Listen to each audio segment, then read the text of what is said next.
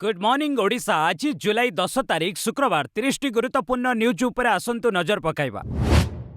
पंचायत निर्वाचन पर प्रस्तुति बैठक डाकिले निर्वाचन कमिशन। राज्य में 2027 मसीह पंचायत पौर निर्वाचन अनुष्ठित होब। एथिपाई प्राक प्रस्तुति आरंभ हो जाइछि। एही परिप्रेक्षी आसंता 21 तारिख रे निर्वाचन कमिशन को अध्यक्षतार एक गुरुत्वपूर्ण बैठक अनुष्ठित होब। कमिशन को कार्यालय पक्षरु ए संपर्क में समस्त जिलापाल को चिठी लिखि अवगत करा जाइछि। ओसवान प्लाटफर्म रे वीडियो कॉन्फ्रेंसिंग रे हेबाकु थिबा बैठक रे मुख्यतः दुईटी प्रसंग आलोचना हेब। निर्वाचन पई बूथ भित्तिक भोटर तालिका प्रस्तुत करबाकू घर को घर बुली सर्वे करा जिवो। 2022 मसीह होइतिबा पौर निर्वाचन संपर्कित बाकी रहितिबा डीसी बिल एवं उपयोगिता प्रमाणपत्र दाखल प्रक्रियार मध्य समीक्षा करा जिवो। बैठक समय जिला स्तर समस्त वरिष्ठ अधिकारी कार्यालय उपस्थित रहिबाकू कुहा जायछि। हीराकुद जलभंडारु बन्या जल निष्कासन खोलिला 10टी स्लुइस गेट। उपरमुंडरे प्रबल वर्षा होइतिबारु हीराकुद जलभंडार रे जलस्तर वृद्धि पाइथिला। तेणु कर्तृपक्ष बन्या जल निष्कासन निष्पत्ति नेइछन्ति। गुरुवार पूर्वाह्न जलभंडार 4टी स्लुइस गेट खोली बन्या जल निष्कासन करा जायथिला। परे अपराह्न आउ 6टी स्लुइस गेट खोला जायथिला। जलभंडारु एबे जल निष्कासन 88,372 क्यूसेक को वृद्धि पाइछि। जलभंडार रे गुरुवार अपराह्न सुद्धा जलस्तर 624.93 फुट रहितिला। एही समय जलभंडार को प्रति सेकेंड रे हाराहारी 1,74,181 क्यूसेक जल प्रवेश करुथिला। गोटे खोलिबा पूर्वरु हाराहारी जल निष्कासन 31,416 क्यूसेक थिला। हीराकुदरु छड़ा जाउथिबा बन्या जल खैरमाळ और बरमूल में पहुंचवाकू 12 ରୁ 16 घंटा लगी था। मुंडली में पहुंचवाकू 36 ରୁ 48 घंटा लगी था। बजार रे बढ़िला पियाज दर किलो 30 रु बढ़ी हेलानी 45। अचानक बढ़ीगला पियाज दर। गत 2 ରୁ 3 दिन रे दर अहेतुक भावे वृद्धि पाइछि। 3 दिन तले पियाज किलो 30 टंका थिबा बेले एबे 40 ରୁ 45 टंका हेलानी। दोकानी कहउचंती होलसेल मार्केट रु पियाज सेमाने किलो 33 टंका रे आनुचंती। परिवहन खर्च 5 टंका रु अधिक जाउछि। एपरिकी 4 टंका किलो रे बिकिले भी मात्र 1 टंका लाभ मिलुछि। महाराष्ट्र नासिक एवं मध्यप्रदेशर इंदौर अंचल रे प्रबल वर्षा जोगु पियाज फसल नष्ट हो जाइछि। किछि पाइकरी दर सामान्य बढ़ुथिबा बेले खोला बजार रे बेपारी माने दर बहुत बढ़ाई देउछंती। तेणु बजार रे दर नियंत्रण काम सरकारंकर बोली बेपारी माने कहचंती।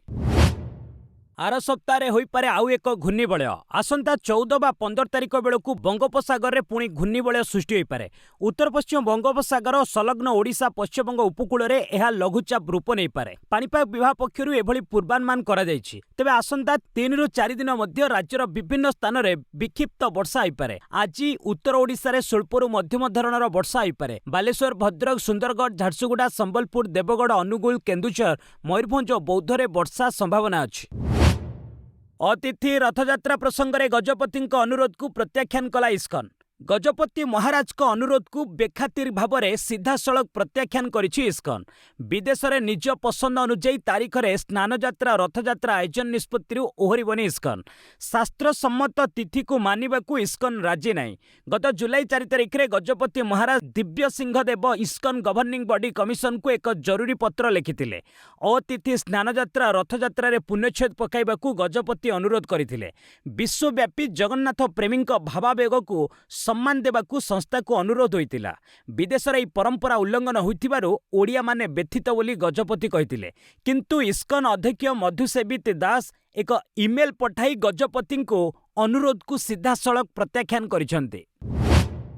गभीर समुद्र मत्स्य पालन मिशन शुभारंभ कले उपराष्ट्रपति। भारतर सामुद्रिक मत्स्य क्षेत्र प्रगतिशील नील अर्थव्यवस्था इतिहास रे एक स्वर्णिम अध्याय जोड़ी होइछि। भुवनेश्वर ओयूएटी रे आयोजित कार्यक्रम रे उपराष्ट्रपति सीपी राधाकृष्णन मुक्त सागर दीर्घस्थायी मत्स्य उत्पादन लगी उद्दिष्ट गभीर समुद्र रे दीर्घस्थायी माछ उत्पादन लगी अनुमोदन पत्र जातीय शुभारंभ करिसंती।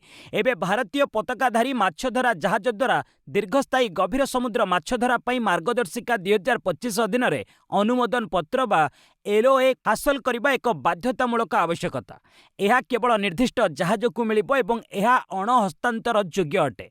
एही अवसर में उपराष्ट्रपति विभिन्न राज्यों आसिथिबा योग्य हिताधिकारी माननकु एलओए प्रदान करथिले। एही बंटन भारतर समग्र सामुद्रिक सीमा को सुदृढ़ करबा सहित आंतर्जातिक जल सीमा रे माछधरा को नियंत्रित करिबो। माल्यगिरी पहाड़ रे फसिथिबा 3 जण युवक 18 घंटा पर हेले उद्धार। 7 जण युवक माल्यगिरी पहाड़ को ट्रेकिंग रे जाइथिले। ସେମାନଙ୍କ ମଧ୍ୟରୁ 3 ଜଣଙ୍କ ଜୀବନ ବିପଦରେ ପଡ଼ିଥିଲା। 18 ଘଣ୍ଟା ସେମାନେ ଫସି ରହିଥିବା ବେଳେ ଗୁରୁବାର ସେମାନଙ୍କୁ ଅଗ୍ନିଶମ ବାହିନୀ ଉଦ୍ଧାର କରିଛି। କେନ୍ଦୁଝର ଜିଲ୍ଲାର 7 ଜଣ ଯୁବକ ଅନୁଗୁଳ ଜିଲ୍ଲାର ପାଲଲହଡ଼ା ନିକଟରୁ ବୁଧବାର ମାଲ୍ୟଗିରି ପାହାଡ଼ ଉପରକୁ ଟ୍ରେକିଂରେ ଯାଇଥିଲେ। କିଛି ବାଟ ଯିବା ପରେ ସେମାନେ 2 ଭାଗ ହୋଇଯାଇଥିଲେ। 4 ଜଣ ସନ୍ଧ୍ୟା ସୁଦ୍ଧା ପାହାଡ଼ ତଳକୁ ଚାଲି ଆସିଥିଲେ, କିନ୍ତୁ ଅନ୍ୟ 3 ଜଣ ବାଟ ଭୁଲି ଯାଇ ପଥର ଖୋଲରେ ଫସି ରହିଥିଲେ। ଗୁରୁବାର ମଧ୍ୟାହ୍ନରେ ଅଗ୍ନିଶମ ବାହିନୀ କର୍ମଚାରୀମାନେ ମାଲ୍ୟଗିରି ପାହାଡ଼କୁ ଯାଇ 3896 ଫୁଟ ଉଚ୍ଚରୁ ସେମାନଙ୍କୁ ଉଦ୍ଧାର କରି ବାଟ କଢ଼ାଇ ଆଣିଥିଲେ। ନିଟ୍ ପରେ ୟୁଜିସି ନେଟ୍ ମଧ୍ୟ ଲିକ୍ ହୋଇଥିବା ଦାବି 2.5 ଲକ୍ଷ ଟଙ୍କାରେ ବିକ୍ରି ହୋଇଛି ପେପର। ଦେଶର ସବୁଠାରୁ ବଡ଼ ପରୀକ୍ଷା ଏଜେନ୍ସି ମଧ୍ୟରୁ ଗୋଟିଏ ନ୍ୟାସନାଲ ଟେଷ୍ଟିଂ ଏଜେନ୍ସି ପୁଣି ଥରେ ବିବାଦରେ ଫସିଛି। ନିଟ୍ ପେପର ଲିକ୍ ବିବାଦ ଥମି ନଥିବା ବେଳେ ଏବେ ଆଉ ଏକ ଗମ୍ଭୀର ଅଭିଯୋଗ ଆସିଛି।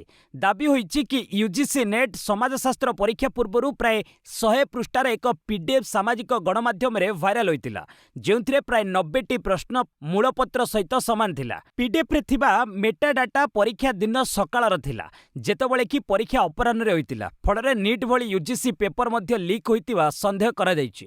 ବିହାର, ଉତ୍ତରପ୍ରଦେଶ, ଦିଲ୍ଲୀ, ରାଜସ୍ଥାନ ଭଳି ରାଜ୍ୟରେ ପ୍ରାୟ 2.5 ଲକ୍ଷ ଟଙ୍କାରେ ଏହି ପ୍ରଶ୍ନପତ୍ର ବିକ୍ରି ହୋଇଥିବା ଅଭିଯୋଗ ମଧ୍ୟ ପୂର୍ବରୁ ହୋଇଥିଲା। ଏହା ଅତ୍ୟନ୍ତ ଗମ୍ଭୀର ବିଷୟ ହୋଇଥିବା ବେଳେ ସରକାର ଏହି ଅନିୟମିତତା ପ୍ରସଙ୍ଗରେ ଆଖି ବୁଜି ଦେଇଛନ୍ତି ବୋଲି ରାହୁଲ ଗାନ୍ଧୀ କହିଛନ୍ତି। ସମଗ୍ର ଦେଶକୁ ଛୁଇଁଲା ମୌସୁମୀ ବାୟୁ, ବିଭିନ୍ନ ରାଜ୍ୟରେ ପ୍ରାକୃତିକ ବିପର୍ଯ୍ୟୟ। ପାଣିପାଗ ବିଭାଗର ତଥ୍ୟ ଅନୁସାରେ ସମଗ୍ର ଦେଶକୁ ଦକ୍ଷିଣ ପଶ୍ଚିମ ମୌସୁମୀ ବାୟୁ ଛୁଇଁଛି। ସାଧାରଣତଃ ଜୁଲାଇ 8 ତାରିଖ ସୁଦ୍ଧା ଏହା ସମଗ୍ର ଦେଶକୁ ଛୁଇଁଥାଏ। ଚଳିତ ବର୍ଷ ଗୋଟିଏ ଦିନ ବିଳମ୍ବରେ ଅର୍ଥାତ୍ ଜୁଲାଇ 9ରେ ଏହା ଛୁଇଁଛି। ଅପରପକ୍ଷରେ ମୌସୁମୀ ବାୟୁ ପ୍ରଭାବରେ ବିଭିନ୍ନ ରାଜ୍ୟରେ ବର୍ଷା, ବନ୍ୟା, ଭୂସ୍ଖଳନ ଜନଜୀବନକୁ ବିପର୍ଯ୍ୟସ୍ତ କରି ପକାଇଛି। କେରଳ, ମହାରାଷ୍ଟ୍ର, ଗୁଜରାଟ, ଉତ୍ତରାଖଣ୍ଡ ଓ ଜମ୍ମୁ କାଶ୍ମୀରରେ ପ୍ରବଳ ବର୍ଷା ହୋଇଛି। ବିଭିନ୍ନ ସ୍ଥାନରେ ଭୂସ୍ଖଳନ ସହ ମାଟି ଅତଡ଼ା ଧସିଛି। ଅନେକ ଅଞ୍ଚଳରେ ବନ୍ୟା ପରିସ୍ଥିତି ସୃଷ୍ଟି ହୋଇଛି। ଉତ୍ତରାଖଣ୍ଡର ଉତ୍ତର କାଶୀରେ ନାଲୁପାନି ଓ ଯମୁନେତ୍ରୀ ଜାତୀୟ ରାଜପଥରେ ଭୂସ୍ଖଳନ ଘଟିଛି। 1000ରୁ ଅଧିକ ତୀର୍ଥଯାତ୍ରୀ ବିଭିନ୍ନ ସ୍ଥାନରେ ଅଟକି ରହିଛନ୍ତି। ହରିଦ୍ୱାର ଓ ଡେରାଡୁନରେ ଲଗାଣ ବର୍ଷା ନୟାନ୍ତ କରିଛି। ଜମ୍ମୁ କାଶ୍ମୀର ରିଆସି ଜିଲ୍ଲାରେ ଚେନାବ ନଦୀର ଜଳସ୍ତର ବଢ଼ିବାରୁ ସଲାଲ ଡ୍ୟାମ୍ର ଗେଟ୍ ଖୋଲାଯାଇଛି। ମହାରାଷ୍ଟ୍ରର ରାୟଗଡ଼ରେ ପ୍ରବଳ ବର୍ଷା ପରେ 3000 LPG ସିଲିଣ୍ଡର ପାତାଳଗଙ୍ଗା ନଦୀରେ ଭାସିଯାଇଛି। ସମୁଦ୍ର ତଳେ କେବୁଲ ବିଛାଇ ଦୁବାଇରୁ ବିଦ୍ୟୁତ୍ ଆଣିବ ଭାରତ, ଖର୍ଚ୍ଚ ହେବ 40,000 କୋଟି ଟଙ୍କା। ଭାରତ ଓ UAE ମଧ୍ୟରେ 1600 କିଲୋମିଟର ବିଦ୍ୟୁତ୍ କେବୁଲ ବିଛାଯିବାର ପ୍ରସ୍ତାବ ଉପରେ ସରକାର ବିଚାର କରୁଛନ୍ତି। ଏହି ପ୍ରକଳ୍ପ ପାଇଁ 40,000 କୋଟି ଟଙ୍କା ଖର୍ଚ୍ଚ ହେବ ବୋଲି ଆଶା କରାଯାଉଛି। କେନ୍ଦ୍ର ଶକ୍ତିମନ୍ତ୍ରୀ ମନୋହର ଲାଲ ଖଟ୍ଟର ଶକ୍ତି ସଂରକ୍ଷଣ ସପ୍ତାହରେ ଏହି ଘୋଷଣା କରିଛନ୍ତି। ଏହି ପ୍ରକଳ୍ପ ପ୍ରଧାନମନ୍ତ୍ରୀ ନରେନ୍ଦ୍ର ମୋଦିଙ୍କ ଏକ ସୂର୍ଯ୍ୟ, ଏକ ବିଶ୍ୱ, ଏକ ଗ୍ରିଡ୍ ଭିଜନର ଏକ ପ୍ରମୁଖ ଅଂଶ, ଯାହା ସୀମା ପାର ବିଦ୍ୟୁତ୍ ସଂଯୋଗୀକରଣକୁ ବୃଦ୍ଧି କରିବ। ଏହି ପ୍ରକଳ୍ପରେ ବିଦ୍ୟୁତ୍ କେବୁଲ ପ୍ରାୟ 1600 କିଲୋମିଟର ଲମ୍ବା ହେବ। କେବୁଲ UAE ଉପକୂଳରୁ ଆରବ ସାଗର ଦେଇ ଭାରତର ଗୁଜରାଟକୁ ସିଧାସଳଖ ସଂଯୋଗ କରିବ, ଯେଉଁଥିରେ 2 ଗିଗାୱାଟ ବିଦ୍ୟୁତ୍ ସ୍ଥାନାନ୍ତର ହେବ। ସେହିଭଳି ସମୁଦ୍ର ତଳେ 3500 ମିଟର ଗଭୀରତାରେ ଉଚ୍ଚ ଭୋଲ୍ଟେଜର କରେଣ୍ଟ କେବୁଲ ବିଛାଯିବ। ଆଗାମୀ 5ରୁ 6 ବର୍ଷ ମଧ୍ୟରେ ଏହାକୁ ସମାପ୍ତ କରିବାକୁ ଲକ୍ଷ୍ୟ ରଖାଯାଇଛି। ଅଷ୍ଟ୍ରେଲିଆରେ 30,000 ପ୍ରବାସୀ ଭାରତୀୟଙ୍କୁ ସମ୍ବୋଧିତ କଲେ ମୋଦି। ପ୍ରଧାନମନ୍ତ୍ରୀ ନରେନ୍ଦ୍ର ମୋଦି ଗୁରୁବାର ଅଷ୍ଟ୍ରେଲିଆର ମେଲବୋର୍ଣ୍ଣରେ ଭାରତୀୟ ସମୁଦାୟଙ୍କୁ ସମ୍ବୋଧିତ କରିଛନ୍ତି। ମାର୍ଭେଲ ଷ୍ଟାଡିୟମରେ ମେଲବୋର୍ଣ୍ଣ ମିଟ୍ସ ମୋଦି କାର୍ଯ୍ୟକ୍ରମରେ 30,000ରୁ ଅଧିକ ଭାରତୀୟ ସାମିଲ ହୋଇଥିଲେ। ଏହି ଅବସରରେ ମୋଦି କହିଥିଲେ, ଦୁଇ ଦେଶ ମଧ୍ୟରେ ସମ୍ପର୍କ କ୍ରିକେଟ ଭଳି। ଏଜେଣ୍ଡାରେ ୱାନଡେ ଭଳି ଫୋକସ ରହିଥାଏ। ନିଷ୍ପତ୍ତି T20 ଭଳି ନିଆଯିବା ସହିତ ଆମର ଭାଗିଦାରୀ ଟେଷ୍ଟ ମ୍ୟାଚ୍ ଭଳି ଲମ୍ବା ଓ ମଜବୁତ ହୋଇଥାଏ। ଅଷ୍ଟ୍ରେଲିଆ ପ୍ରଧାନମନ୍ତ୍ରୀ ଆନ୍ଥୋନି ଆଲବାନିଜ୍ କହିଲେ, ଆଜି ଆମେ 2015ର ଭାରତ ଅଷ୍ଟ୍ରେଲିଆ ପରମାଣୁ ସହଯୋଗ ବୁଝାମଣା ଅନୁସାରେ ଭାରତକୁ ୟୁରାନିୟମ ରପ୍ତାନି ବ୍ୟବସ୍ଥାରେ ସ୍ୱାକ୍ଷର କରିଛୁ। ଦ୍ୱିପାକ୍ଷିକ ସମ୍ପର୍କକୁ ଆହୁରି ସମୃଦ୍ଧ କରିବାକୁ ଲଗାତାର କାମ କରୁଛୁ। ମୋଦି ଗୁରୁବାର ତୃତୀୟ ଭାରତ ଅଷ୍ଟ୍ରେଲିଆ ବାର୍ଷିକ ସମ୍ମିଳନୀରେ ଯୋଗ ଦେଇଥିଲେ। ଅଷ୍ଟ୍ରେଲିଆ ଭାରତ CEO ଫୋରମରେ ମଧ୍ୟ ସାମିଲ ହୋଇଥିଲେ। ମହାରାଷ୍ଟ୍ରରେ UCC ଲାଗୁ ପାଇଁ ପ୍ରସ୍ତୁତି, ସରକାର ଗଠନ କଲେ କମିଟି। ମହାରାଷ୍ଟ୍ର ସରକାର ରାଜ୍ୟରେ ଏକକ ନାଗରିକ ସଂହିତା ବା UCC ଲାଗୁ କରିବାକୁ ପ୍ରସ୍ତୁତି ଆରମ୍ଭ କରିଛନ୍ତି। ମୁଖ୍ୟମନ୍ତ୍ରୀ ଦେବେନ୍ଦ୍ର ଫଡ୍ନବୀସ UCC ନିୟମର ଚିଠା ପ୍ରସ୍ତୁତ କରିବା ପାଇଁ ସୁପ୍ରିମକୋର୍ଟର ପୂର୍ବତନ ବିଚାରପତି ରଞ୍ଜନା ଦେଶାଇଙ୍କ ଅଧ୍ୟକ୍ଷତାରେ ଏକ କମିଟି ଗଠନ କରିଥିବା ବିଧାନସଭାରେ ଘୋଷଣା କରିଛନ୍ତି। କମିଟିରେ ସୁପ୍ରିମକୋର୍ଟ ଏବଂ ହାଇକୋର୍ଟର 3 ଜଣ ପୂର୍ବତନ ବିଚାରପତି, ଜଣେ ସାମ୍ବିଧାନିକ ବିଶେଷଜ୍ଞ, ଜଣେ ପୂର୍ବତନ ପ୍ରଶାସନିକ ଅଧିକାରୀ ଏବଂ ସାମାଜିକ କ୍ଷେତ୍ରରୁ 2 ଜଣ ବିଶେଷଜ୍ଞଙ୍କୁ ନିଆଯାଇଛି। ଏହି ବିଲ୍ 6 ମାସ ମାସରେ ପ୍ରସ୍ତୁତ ହେବ।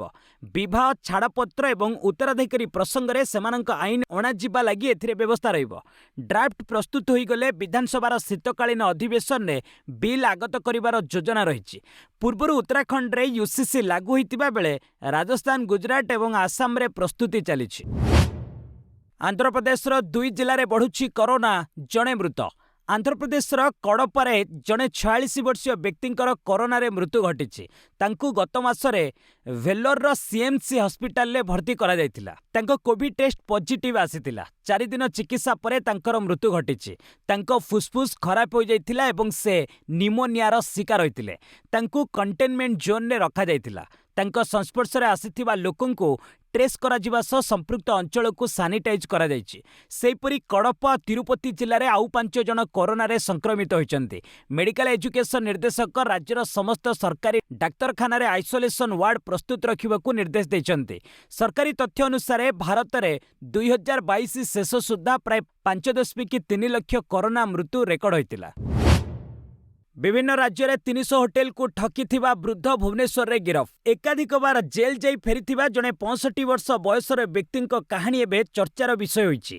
ତାମିଲନାଡୁର ବିଂସନ ଜନ୍ ନାମକ ଏହି ବ୍ୟକ୍ତିଙ୍କୁ ରାୟପୁର ପୁଲିସ ଭୁବନେଶ୍ୱର ବିମାନ ବନ୍ଦରରୁ ଉଠାଇ ନେଇଛି। ସେ ବିଭିନ୍ନ ହୋଟେଲରେ ଜାଲ ପରିଚୟପତ୍ର ଦେଇ ଭିଭିଆଇପି ଭଳି ରହୁଥିଲା। ପରେ ବିଲ୍ ପେମେଣ୍ଟ ନ କରି ଉଭାନ ହୋଇଯାଉଥିଲା। କେଇ ବର୍ଷ ମଧ୍ୟରେ ସେ ପ୍ରାୟ 305 ତାରକା ହୋଟେଲକୁ ଠକିବାରେ ସଫଳ ହୋଇଛି।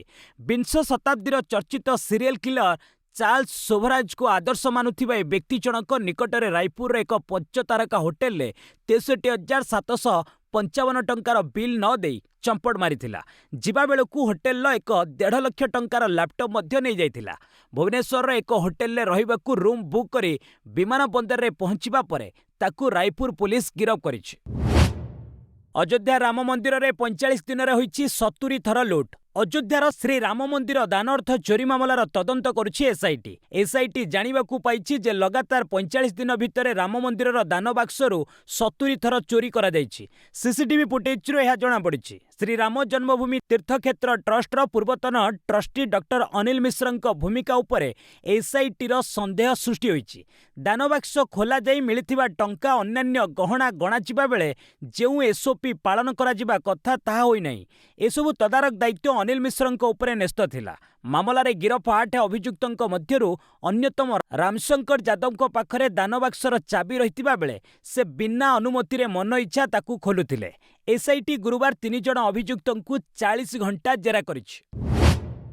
ହାଇକୋର୍ଟରୁ ମମତାଙ୍କୁ ଆଶ୍ୱସ୍ତି, ଟିଏମ୍ସି ବ୍ୟାଙ୍କ ଆକାଉଣ୍ଟରୁ ଉଠାଇ ପାରିବେ ଟଙ୍କା। ମମତା ବାନାର୍ଜୀଙ୍କ ଦଳ ତୃଣମୂଳ କଂଗ୍ରେସକୁ କଲିକତା ହାଇକୋର୍ଟରେ ଏକ ବଡ଼ ଆଶ୍ୱସ୍ତି ମିଳିଛି।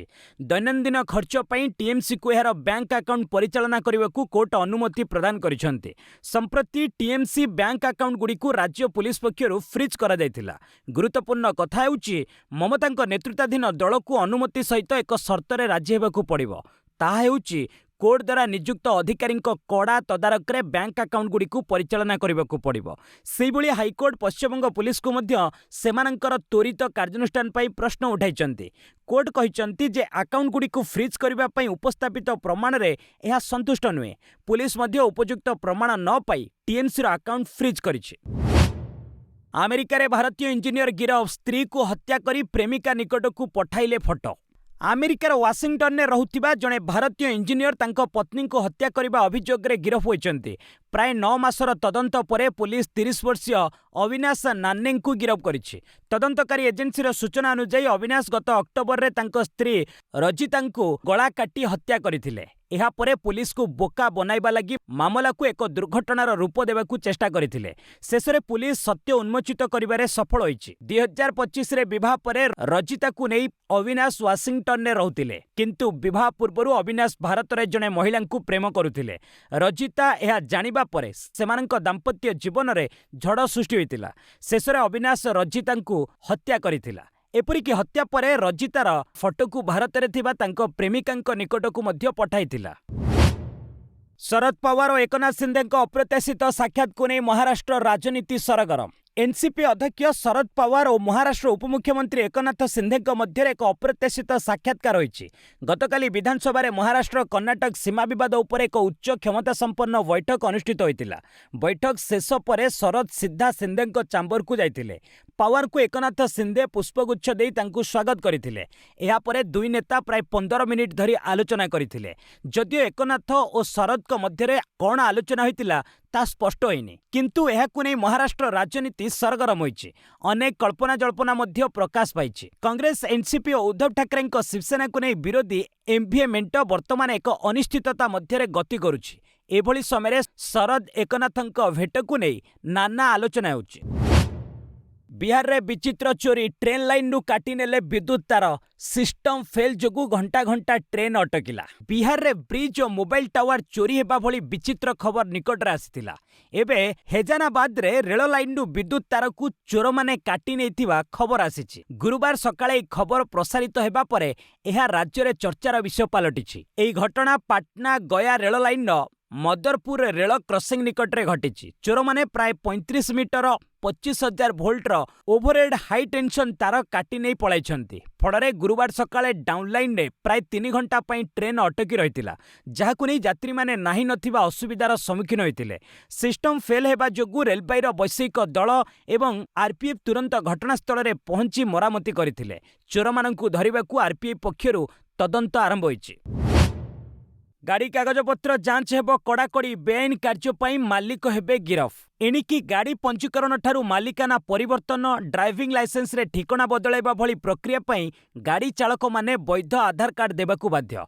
परिवहन आयुक्त ए संपर्क में समस्त आरटीओ एवं एआरटीओ माननकु गाइडलाइन जारी करिसेंति। जेकोसी काम बेले गाड़ी मालिकंक ठिकଣା, परिचय पत्र, आधार कार्ड और आरटीओ सीमार जांच कड़ाकड़ी करबाकू निर्देश दैछंति। बेआईन कार्य पई गाड़ी मालिक हेबे गिरफ। उपयुक्त जांच बिना आवेदन पत्र अनुमोदन करुथिबा आरटीओ विरोध में कड़ा कार्यानुष्ठान हेबो। जदि कोनोसी गाड़ी मालिकंक ठिकଣା भूल थिबो, अनुमोदनकारी अधिकारी एथिपई उत्तरदायी रहिबे। आवेदनकारी परिचय पत्र और आरटीओ रे दाखल होइतिबा कागजपत्रर ठिकଣା रे तालमेल जरूरी बोली कुहा जाइछि। चीन रे जोता कारखाना रे अग्निकांड, 28 जनक मृत्यु। चीन फुजियान प्रदेश रे एक जोता कारखाना रे भयंकर अग्निकांड घटिछि। एथिरे प्राय 28 जनक मृत्यु होइछि। जिनजियांग सहरर चित्तडाई टाउनशिप अंतर्गत जियांगटो ग्राम रे थिबा एक जोता कारखाना रे मध्याह्न प्राय 12टारे निया लागि जाइथिला। निया एई बहुतल कोठा सारा व्यापी जाइथिला। निया एवं प्रबल धुआं रे लोके ताहा भितरु बाहरी पारि नथिले। अनेक अणुनिश्वास होई प्राण हराइथिले। 183 जन रेस्क्यू कर्मचारी एवं 35टी रेस्क्यू गाड़ी सेठारे उद्धार कार्य चलाइथिले। अनेक व्यक्ति गुरुतर आहत होई डाक्तरखाना रे भर्ती होइतिबारु आगकु मृत्यु संख्या बढ़िबार आशंका रहिछि। भारत में लॉन्च है प्रथम बेसल इन्सुलिन, सप्ताह को थरे नेबे। डेनमार्कर औषध कंपनी नोभो नॉर्डिक्स भारत में आयुकोलिबा इन्सुलिन आइकोडेक लॉन्च करिछि। यह सप्ताह को थरे नेबाकू पड़े। विश्व में यह प्रथम साप्ताहिक इन्सुलिन बोली बेसल इन्सुलिन कंपनी दाबी करिछि। यह टाइप 1 एवं टाइप 2 डायबिटीज वरिष्ठ रोगी उद्दिष्ट। यह द्वारा प्रतिदिन लगाउथिबा 365 इन्सुलिन इंजेक्शन संख्या कमी 52 रहिजिवो। कंपनी 700 यूनिट्र पैक को 2611 टंकार लॉन्च करिछि। अर्थात यार गोटे यूनिट्र मूल्य 303 टंका 73 पैसा, जहाँकि वर्तमान बेसल इन्सुलिन तुलन में 30 रु 40% सस्ता। कौनसी रोगी को प्रतिदिन 10 यूनिट इन्सुलिन आवश्यक पड़े तांकु सप्ताह 70 यूनिट इन्सुलिन लागिवो। यार मूल्य मासकु प्राय 261 टंका पड़िवो। बिना नेटवर्क रे भी हेबो कथा। बीएसएनएल लॉन्च कला सैटेलाइट फोन। देशर सरकारी टेलीकॉम कंपनी बीएसएनएल भारत रे एक स्वतंत्र सैटेलाइट फोन लॉन्च करिछि। जेउ स्थान रे मोबाइल टावर किंवा नेटवर्क नहीं, सेठारे मध्य फोन जरिया रे सहजरे कथावार्ता करि हेबो। एई सैटेलाइट फोन नो मूल्य 1,34,166 टंका रखा जाइछि। साधारण स्मार्टफोन भली मोबाइल टावर उपरे निर्भर न करी एहा सीधा सड़क उपग्रह बा सैटेलाइट सह संयुक्त होई काम करिथाय। जरूरीकालीन परिस्थिति, प्रतिरक्षा क्षेत्र, विपर्य परिचालना एवं दुर्गम अंचल रे यात्रा करुथिबा लोकंक पई यह बहुत सहायक हेबो। तेबे यहाकू सर्वसाधारण रे सहजरे किणी व्यवहार करि परिबे नाही। भारतीय नियम अनुसार एई फोन व्यवहार करिबा पई दूरसंचार विभाग रो स्वतंत्र अनुमति पत्र आवश्यक हेबो। ट्रू कलर और ट्राई मध्य विवाद स्पाम कॉल नियम को नहीं मुहांमुही। प्रसिद्ध कलर आईडी आप ट्रू कलर एवं भारतीय टेलीकॉम नियामक संस्था ट्राई मध्य एक बड़ बद सामना को आसी। ट्रू कलर सीओ रुसित झुंझुनवाला सरकार स्पाम नियम को नहीं सर्वसाधारण असंतोष प्रकाश करिसेंती। तांको कहवा अनुसार टेलीमार्केटिंग एवं सेवा संबंधी कॉल पई उद्दिष्ट 1400 एवं 1600 सीरीज नंबर गुड़ी को स्पाम भावे दर्शावे को ट्रू कलर को बारण करा जाउची। एही प्रतिबंधक जोगु उपभोक्ता माने स्पाम कॉल चिन्हिबारे असुविधार सम्मुखीन होउचंती एवं एही नंबर गुड़िकरू आसुथिबा प्राय 80% कॉल को अणदेखा करुछंती। अन्यपटे सरकारी सीरीज नंबर गुड़िको स्पाम चिन्हित करुथिबारु ट्रू कलर भली आप विरोध में कार्यानुष्ठान ग्रहण करने को ट्राई विचार करुछि। सूचनायोग्य जे भारत होउछि ट्रू कलर सबुठारु बड़ बजार, जेउठारे एहार प्राय 35 कोटी सक्रिय उपभोक्ता अछंती। सरकार का बड़ पदक्षेप मोबाइल और इलेक्ट्रोनिक्स पार्ट्स उपर आमदानी शुल्क ह्रास। मोबाइल एवं इलेक्ट्रोनिक्स शिल्प पर केंद्र सरकार एक बड़ निष्पत्ति नेइछंती। स्मार्टफोन एवं अन्यान्य इलेक्ट्रोनिक्स उपकरण प्रस्तुति में व्यवहृत होतिबा केतक प्रमुख पार्ट्स उपर आमदानी शुल्क को संपूर्ण उठाई दिया जाइछि। पूर्वरु एही पार्ट्स गुड़िको उपरे 7.5% एवं 5% शुल्क लागू हेउतिला। सरकार के नूतन रिहाती 31 मार्च 2029 पर्यंत बलवत्तर रहिबो। एही पदक्षेप द्वारा एप्पल और साओमी भली बड़ कंपनी गुड़िको उपकृत हेबार संभावना रहिछि। Wireless charging module, medical device display एवं लिथियम आयन सेल भली गुरुत्वपूर्ण सामग्री एही शुल्क मुक्त तालिकार सामिल अछि। विशेषज्ञों मतरे एहा द्वारा देशीय बैटेरी उत्पादन वृद्धि पाइबा सह 2030 सुधा $500 बिलियन इलेक्ट्रोनिक्स उत्पादन लक्ष्य हासिल करिबारे सहायता मिलिबो। शेयर बजार रे यूटर्न बढ़िला सेंसेक्स और निफ्टी फेरिला उत्साह। सप्ताहर चतुर्थ कारोबार दिवस रे घरोई शेयर बजार रे एक भल सुधार देखिबाकू मिलिछि। गुरुवार कारोबार शेष रे उभय सेंसेक्स और निफ्टी सबुज संकेत सह बंद होइचंती। सेंसेक्स प्राय 238 पॉइंट वृद्धि पाई 76,741 स्तर रे बंद होइतिबा बेले निफ्टी 80 पॉइंट बढ़ी 23,960 सीमा उपरे अर्थात 23,962.80 स्तर रे बंद होइछि। गुरुवार कारोबार रे रियल्टी, कंज्यूमर ड्यूरेबल्स एवं पीयूसी बैंक सेक्टर रे भल क्रेता देखिबाकू मिलिथिले। अन्यपटे सन फार्मा, बजाज फिनसर्व एवं भारती एयरटेल प्रमुख लाभवान तालिकार रहिचंती। बजार विशेषज्ञों अनुसार निफ्टी पई 24,100 रु 24,200 एक गुरुत्वपूर्ण प्रतिरोधक स्तर रहितिबा बेले 23,900 स्तर एक मजबूत सपोर्ट भाबे कार्य करिबो। चलित वर्ष आईटी क्षेत्र में 35,000 छटई हेबा आशंका रही। विभिन्न कारणरू चलित वर्ष आकस्मिक भावे बड़ छटई करुछंती कंपनी। चलित कैलेंडर वर्ष रे देश में प्राय 35,000 नियुक्ति जाइपारे। आईटी सेवा क्षेत्र में पुनः संरचनार एक नुआ पर्याय आसी। $315 बिलियन रु ऊर्ध्व मूल्यर आईटी शिल्प एवं कर्मचारी संख्या ह्रास करुछि। केवल दक्षता थिबा पेशादार को रखी अन्य मानकु विदा करुछंती। गत मे रे 10,000 रु 15,000 टेक प्रोफेशनल को आकस्मिक छटई करा जाइछि। तेबे संपूर्ण वर्ष रे 25,000 रु 35,000 छटई होई पारे। अन्य एक रिपोर्ट अनुसार 2026 रे एजाबत प्राय 12,000 छटई होइछि। संपूर्ण वर्ष रे 18,000 रु 21,000 छटई होई पारे। यह हेले 2025 एवं 2026 को मिसाई मोट छटई संख्या 43,000 रे पहुंचिबो। लॉर्ड्स इतिहास रे प्रथम महिला टेस्ट आजिठू भ्रमणकारी भारत को भेटिबो इंग्लैंड। क्रिकेटर मक्का भावे परिचित इंग्लैंडर लॉर्ड्स ग्राउंड इतिहास रचिबाकू जाउछि। भ्रमणकारी भारत इंग्लैंड महिला क्रिकेट दल मध्य एकमात्र टेस्ट मैच शुक्रवार ठारू आरंभ होबाकू जाउछि, जहाँकि लॉर्ड्स 142 वर्षर इतिहास रे प्रथम महिला टेस्ट मैच हेबो। 1884 मसीह लॉर्ड्स रे प्रथम पुरुष टेस्ट मैच खेला जाइतिला। इतिमध्य एही वेन्यू 150 टी पुरुष टेस्ट मैच आयोजित हो सारी, किंतु गोटे हेले महिला टेस्ट मैच एठारे आयोजन होई नथिला। पाखापाखि 150 वर्षर अपेक्षा परे यह लॉर्ड्स रे प्रथम महिला टेस्ट खेला जिवो। इंग्लैंड और भारत महिला दलर खेलाड़ी माने एही ऐतिहासिक मुहूर्तर साक्षी रहिबे। लॉर्ड्स रे प्रथम महिला दिनिकिया मैच 1976 रे इंग्लैंड और ऑस्ट्रेलिया मध्य अनुष्ठित होइतिला। अफगानिस्तान क्रिकेटर जद्रान को अंतिम विदा जणाइले रशीद नबी। अफगानिस्तान क्रिकेट दलर पूर्वतन द्रुत बोलर सापुर जाद्रन को शेषकृत्य गुरुवार काबुल मारांजन हिल संपन्न होइछि। जाद्रन किछि दिन पूर्व एक गंभीर रोगरे पीड़ित होइतिले। दीर्घ दिन धरी तांकु नुआ दिल्ली स्थित एक हस्पिटाल चिकित्सित करा जाउथिला, किंतु 2 दिन तले से शेष निश्वास त्याग करथिले। गतकाली तांकर 39तम जन्मदिवस थिबा बेले पार्थिव शरीर अफगानिस्तान ने पहुंचीथिला।